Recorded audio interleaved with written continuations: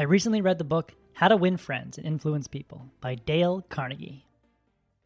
Did you know that having fewer friends as you get older is more dangerous than being obese or smoking 15 cigarettes a day? Did you know that having a best friend at work can make you 7 times more engaged and productive?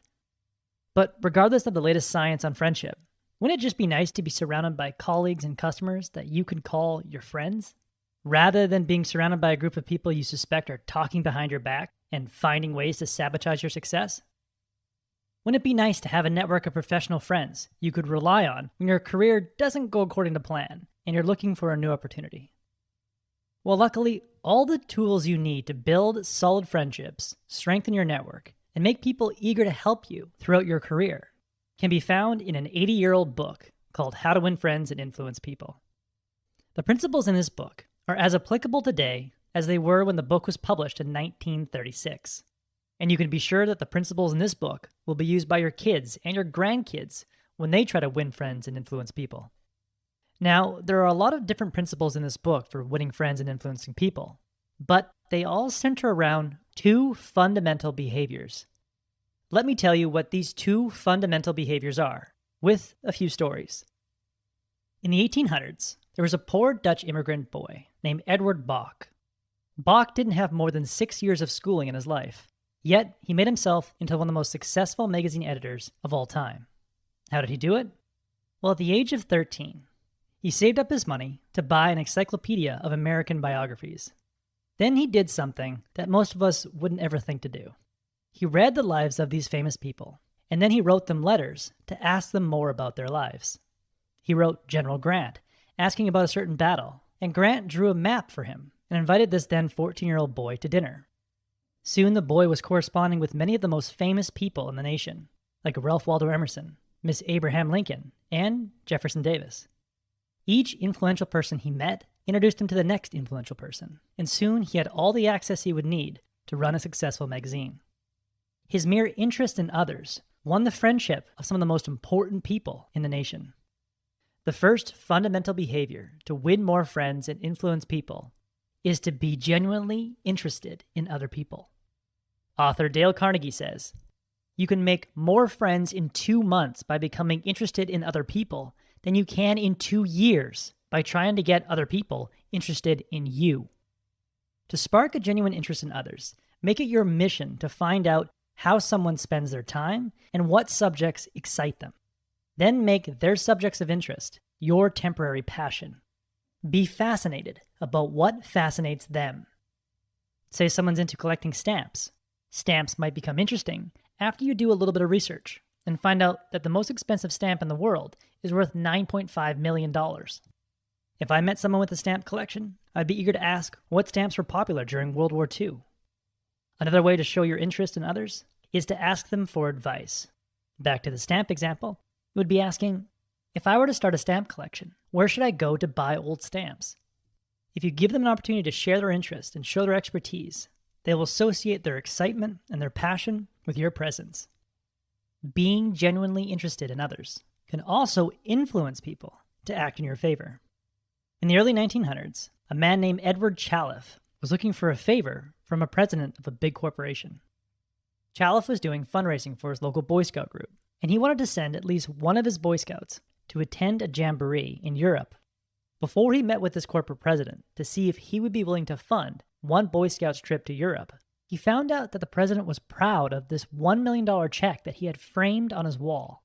So the first thing that Edward Chalif did when he met the man was ask to see his check. He told the man that he never knew anybody that had written a check for $1 million, and he wanted to tell all his boys that he had seen a check for $1 million. The president gladly showed him and talked glowingly about this check. After a few minutes of talking about the check, the president turned to him and said, "By the way, what was it you wanted to talk to me about?" Edward told him, and to his surprise, he not only gave him the money for one boy to attend the jamboree in Europe, he gave him enough money to send 5 boys, plus himself, to Europe for 7 weeks. In the book, Edward says, "I know if I hadn't found out what he was interested in and got him warmed up first, I wouldn't have found him 1/10 as easy to approach." If you want to win friends and influence people, start by taking a genuine interest in others. Now let's talk about the second fundamental behavior to winning friends and influencing people. Think of a person that you've recently received praise from. Praise for your work, or chore around the house, or a good deed that you did. What was your opinion of that person after you received their praise? Think of a teacher or a boss who regularly praised your work. How does that teacher or that boss compare to other teachers or bosses? While you ponder on those questions, let me share a personal story with you. Several years ago, while I was working as an electrical engineer at a pulp mill, I was leading the electrical portion of a project. One morning, I instructed a welder to install a group of very expensive temperature sensors on a series of steel pipes.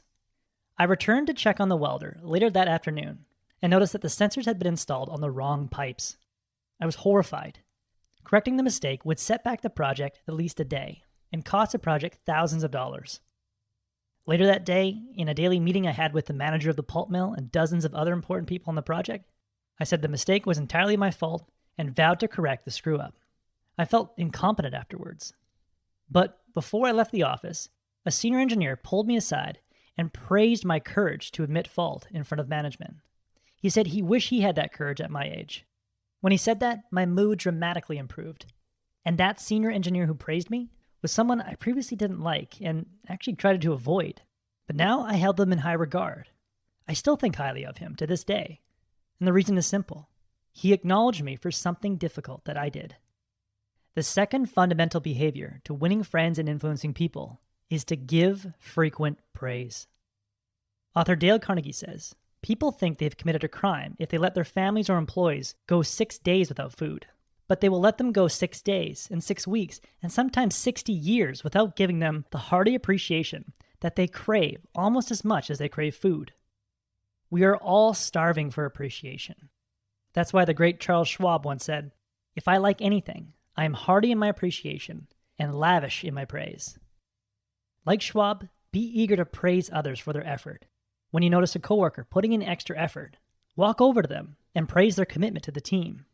If your child or partner helps out around the house in any way, praise them for their effort.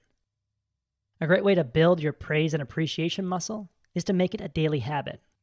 Take 2 minutes every day to write out an email to a friend or coworker, praising them for any progress they recently made on one of their goals or projects. Make it as personal as possible. If you choose to do this on Facebook, don't just like someone's comment. Write them a direct message, saying exactly why you like it. Praise is also a great tool for influencing people to act in your favor. Dale Carnegie tells a story of Pamela Dunham, a supervisor from Connecticut, who had the responsibility of supervising a janitor who was doing a very poor job. In the book, he says, the other employees would jeer at him and litter the hallways to show him what a bad job he was doing. It was so bad, productive time was being lost in the shop. Without success, Pam tried various ways to motivate this person. She noticed that occasionally he did a particularly good piece of work. She made a point to praise him for it in front of the other people. And pretty soon, he started doing all his work efficiently. Now he does an excellent job, and other people give him appreciation and recognition. Honest appreciation got results, where criticism and ridicule failed. So, if you want to win friends and influence people, be genuinely interested in others and give others frequent praise. Give people the joy of talking about their interests and satisfy their craving for praise and appreciation. And soon, you will find yourself surrounded by friends who are eager to help you succeed. That was a core message that I gathered from How to Win Friends and Influence People by Dale Carnegie. It's obvious why this book is still in print 80 years later. I highly recommend it for anyone who wants to refine their social skills. If you would like a one-page PDF summary of insights that I gathered from this book, just click the link below and I'll be happy to email it to you. If you already subscribe to the free Productivity Game email newsletter, this PDF is sitting in your inbox. If you like this video, please share it. And as always, thanks for watching and have yourself a productive week.